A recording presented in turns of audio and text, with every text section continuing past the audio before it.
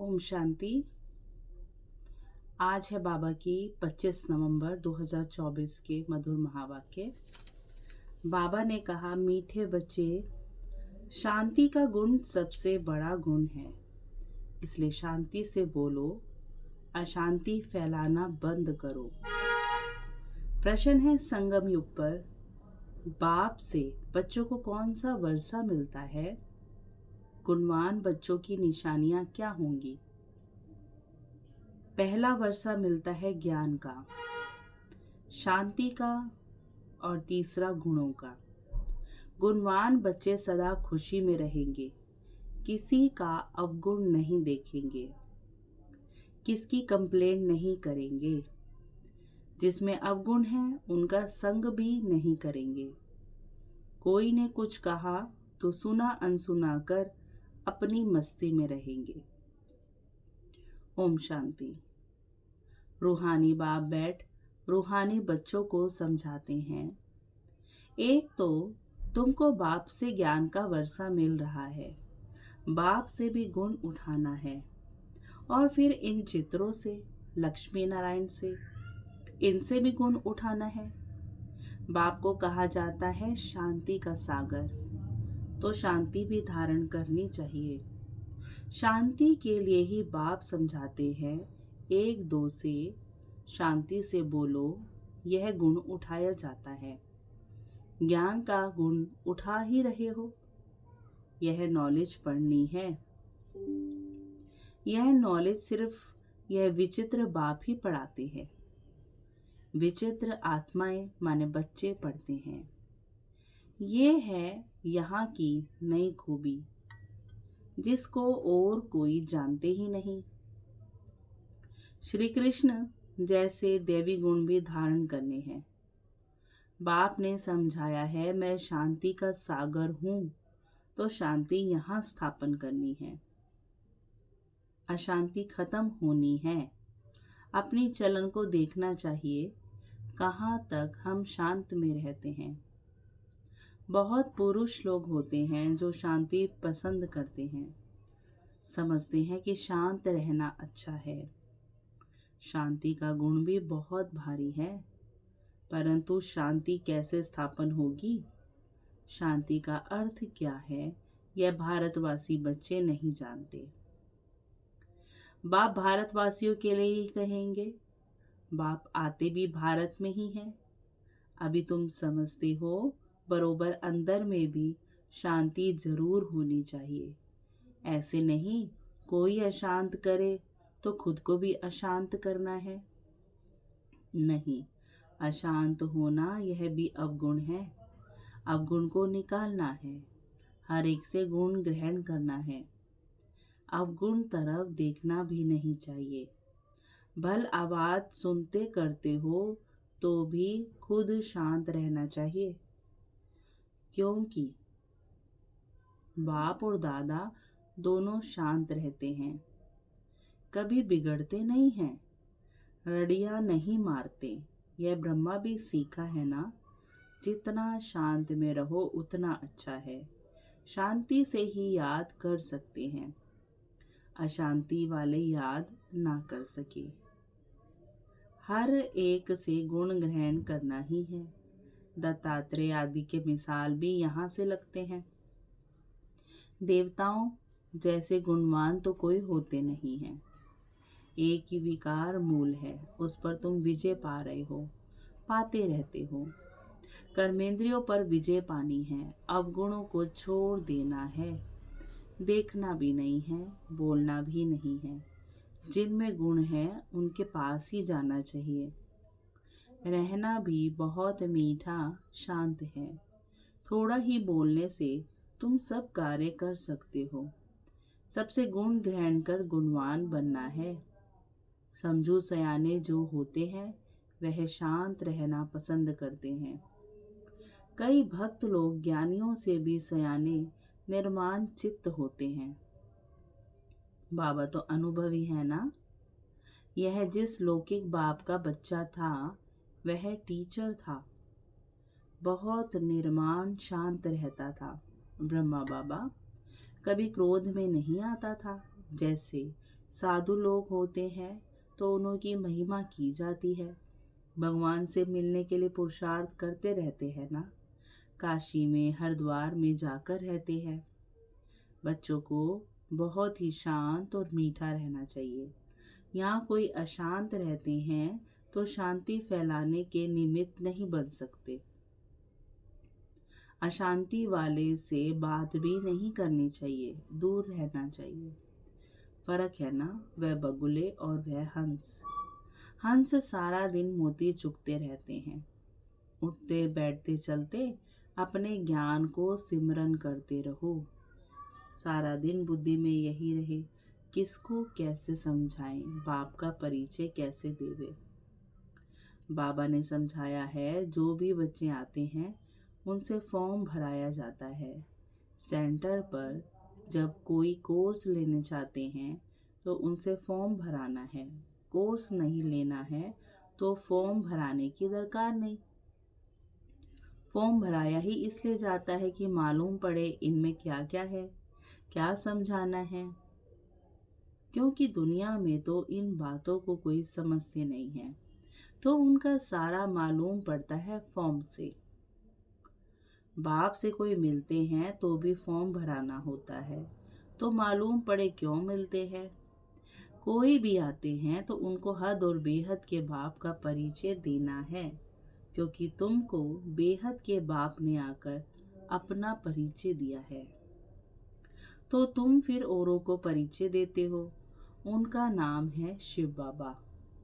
शिव परमात्माए नमः कहते हैं ना, वह कृष्ण को देवताएं नमः कहेंगे, शिव को कहेंगे शिव परमात्माए नमः।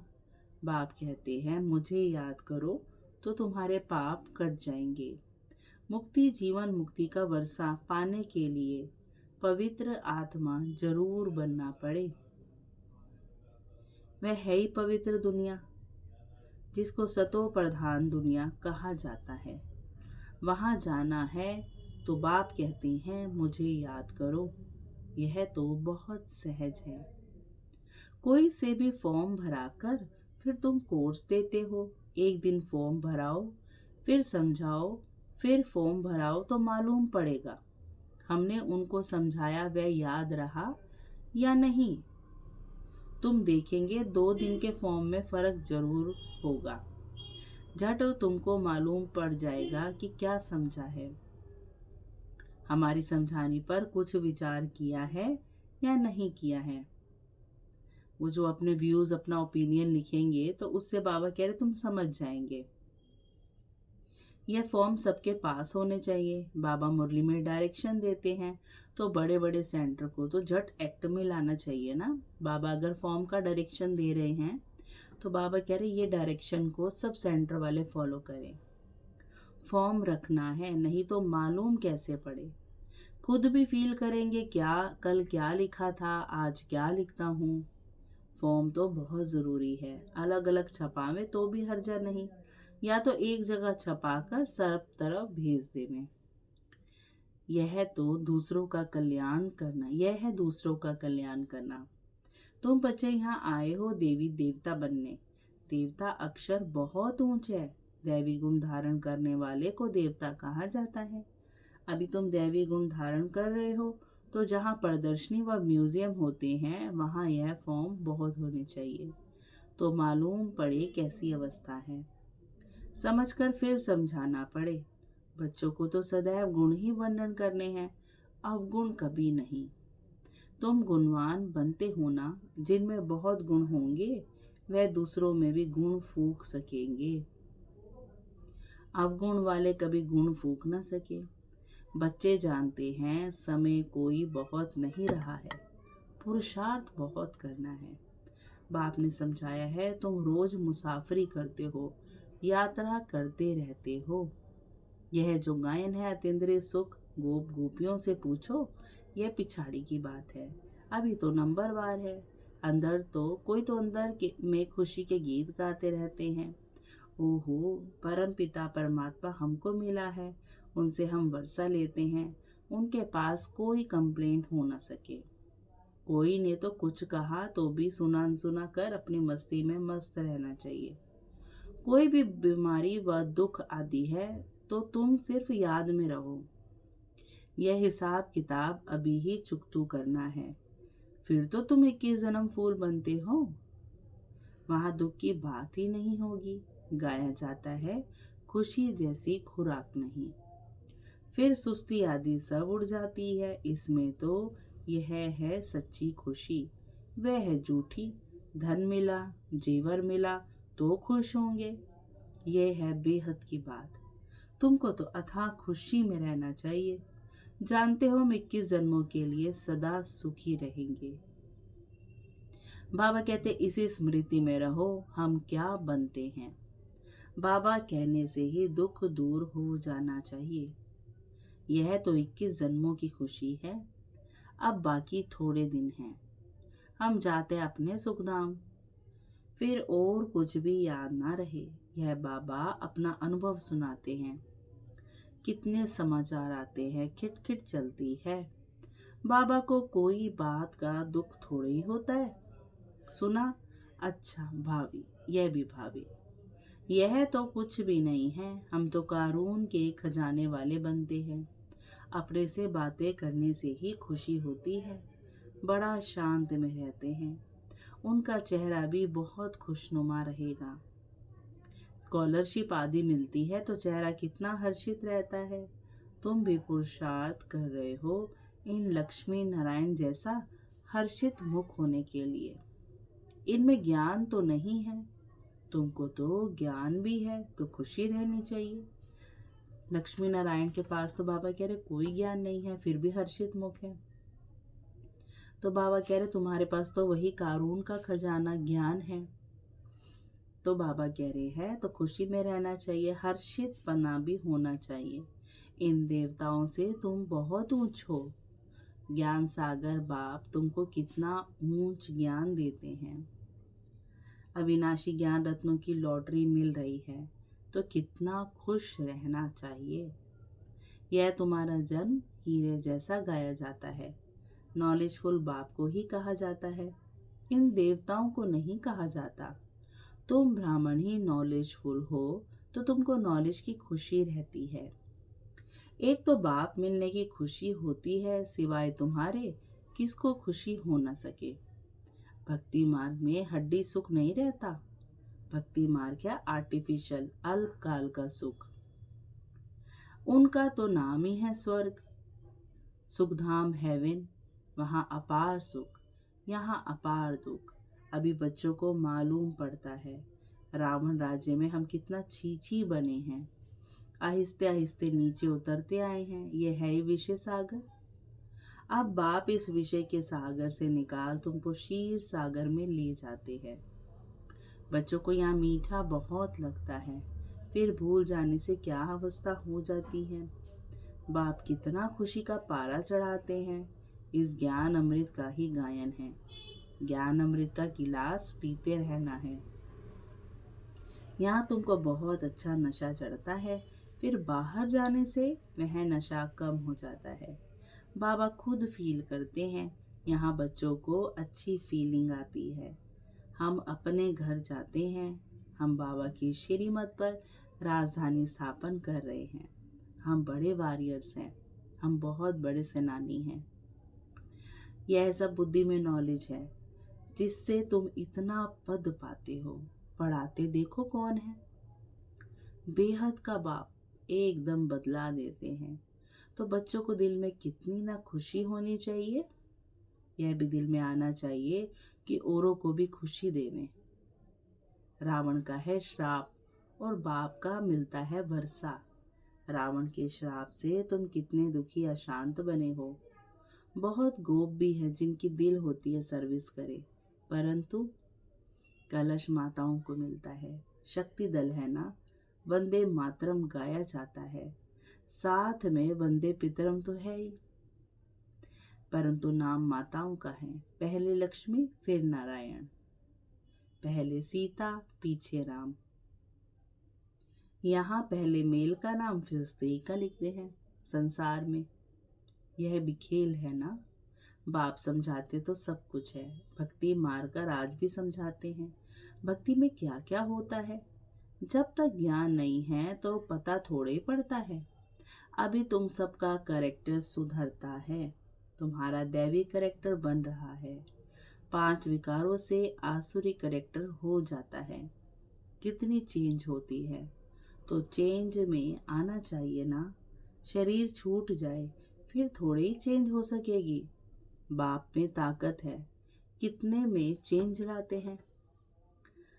कई बच्चे अपना अनुभव सुनाते हैं, हम बहुत कामी शराबी थे, हमारे में बड़ी चेंज हुई है। अभी हम बहुत प्रेम से रहते हैं, प्रेम के आंसू भी आ जाते हैं। बाप समझाते तो बहुत है, परंतु यह सब बातें भूल जाती है, नहीं तो खुशी का पारा चढ़ा रहे। हम बहुतों का कल्याण करें। मनुष्य बहुत दुखी हैं, उनको रास्ता बतावें। समझाने के लिए भी कितनी मेहनत करनी पड़ती है, गाली भी खानी पड़ती है। पहले से ही आवाज है, ये सबको भाई बहन बना देते हैं। अरे भाई बहन का संबंध तो अच्छा है ना, तुम आत्माएं तो भाई भाई हो, परंतु फिर भी जन्म जन्मांतर की दृष्टि जो पक्की हुई है वह टूटती नहीं है। बाबा पास तो बहुत समाचार आते हैं। बाप समझाते हैं, इस छीछी दुनिया से तुम बच्चों की दिल हट जाना चाहिए, गुलगुल बनना चाहिए। कितने ज्ञान सुनकर भी भूल जाते हैं, सारा ज्ञान उड़ जाता है। काम महाशत्रु है ना। बाबा तो बहुत अनुभवी हैं। इस विकार के पिछाड़ी राजाओं ने अपनी राजाई गवाई है। काम बहुत खराब है, काम विकार। सब कहते भी हैं बाबा यह बहुत कड़ा दुश्मन है। बाप कहते हैं काम को जीतने से तुम विश्व का मालिक बनेंगे, परंतु काम विकार ऐसा कड़ा है जो प्रतिज्ञा करके फिर भी गिर पड़ते हैं। बहुत मुश्किल से कोई सुधरते हैं। इस समय सारी दुनिया का कैरेक्टर बिगड़ा हुआ है। पावन दुनिया कब थी, कैसे बनी, इन्होंने राज्य भाग्य कैसे पाया, कभी कोई बता न सके। आगे समय ऐसा आएगा तुम लोग विलायत आदि में भी जाएंगे। ये साकार में बाबा ने कहा था, वह भी सुनेंगे। पैराडाइज कैसे स्थापन होता है, ये सब बातें वो भी सुनेंगे। तुम्हारी बुद्धि में ये सब बातें अच्छी रीति हैं, तो अब तुम्हें यही लात और तात रहनी चाहिए, लगन रहनी चाहिए और सब भूल जानी चाहिए। अच्छा, मीठे मीठे से खिलदे बच्चों प्रति माता पिता बाप दादा का याद प्यार और गुड मॉर्निंग। रूहानी बाप की रूहानी बच्चों को नमस्ते। हम रूहानी बच्चों की रूहानी माता पिता बाप दादा को बहुत बहुत याद प्यार और गुड मॉर्निंग बाबा नमस्ते। फिर धारणा के लिए मुख्य सार है। पहला पॉइंट, उठते बैठते चलते ज्ञान का सिमरन कर मोती चुगने वाला हंस बनना है। सबसे गुण ग्रहण करने हैं, एक दूसरे में गुण ही फूंकने हैं। अपना चेहरा सदा खुशनुमा रखने के लिए अपने आप से बातें करनी है। ओहो, हम तो कारून के खजाने के मालिक बनते हैं। ज्ञान सागर बाप द्वारा हमें ज्ञान रत्नों की लॉटरी मिल रही है। फिर वरदान दिया बाबा ने, अपने टाइटल की स्मृति के साथ समर स्थिति बनाने वाले स्वमानधारी भव। अपने टाइटल की स्मृति के साथ समर्थ स्थिति बनाने वाले स्वमानधारी भव। संगम युग पर स्वयं बाप अपने बच्चों को श्रेष्ठ टाइटल देते हैं, तो उसी रूहानी नशे में रहो। जैसा टाइटल याद आए वैसी समर स्थिति बनती जाए। जैसे आपका टाइटल है स्वदर्शन चक्रधारी, तो यह स्मृति आते ही पर दर्शन समाप्त हो जाए, स्वदर्शन के आगे माया का गला कट जाए। महावीर हूँ यह टाइटल याद आए तो स्थिति अचल अडोल बन जाए। तो टाइटल की स्मृति के साथ समर स्थिति बनाओ, तब कहेंगे श्रेष्ठ स्वमानधारी। स्लोगन, भटकती हुई आत्माओं की चाहना पूर्ण करने के लिए परखने की शक्ति को बढ़ाओ। अच्छा, ओम शांति। शुक्रिया मीठे बाबा, शुक्रिया।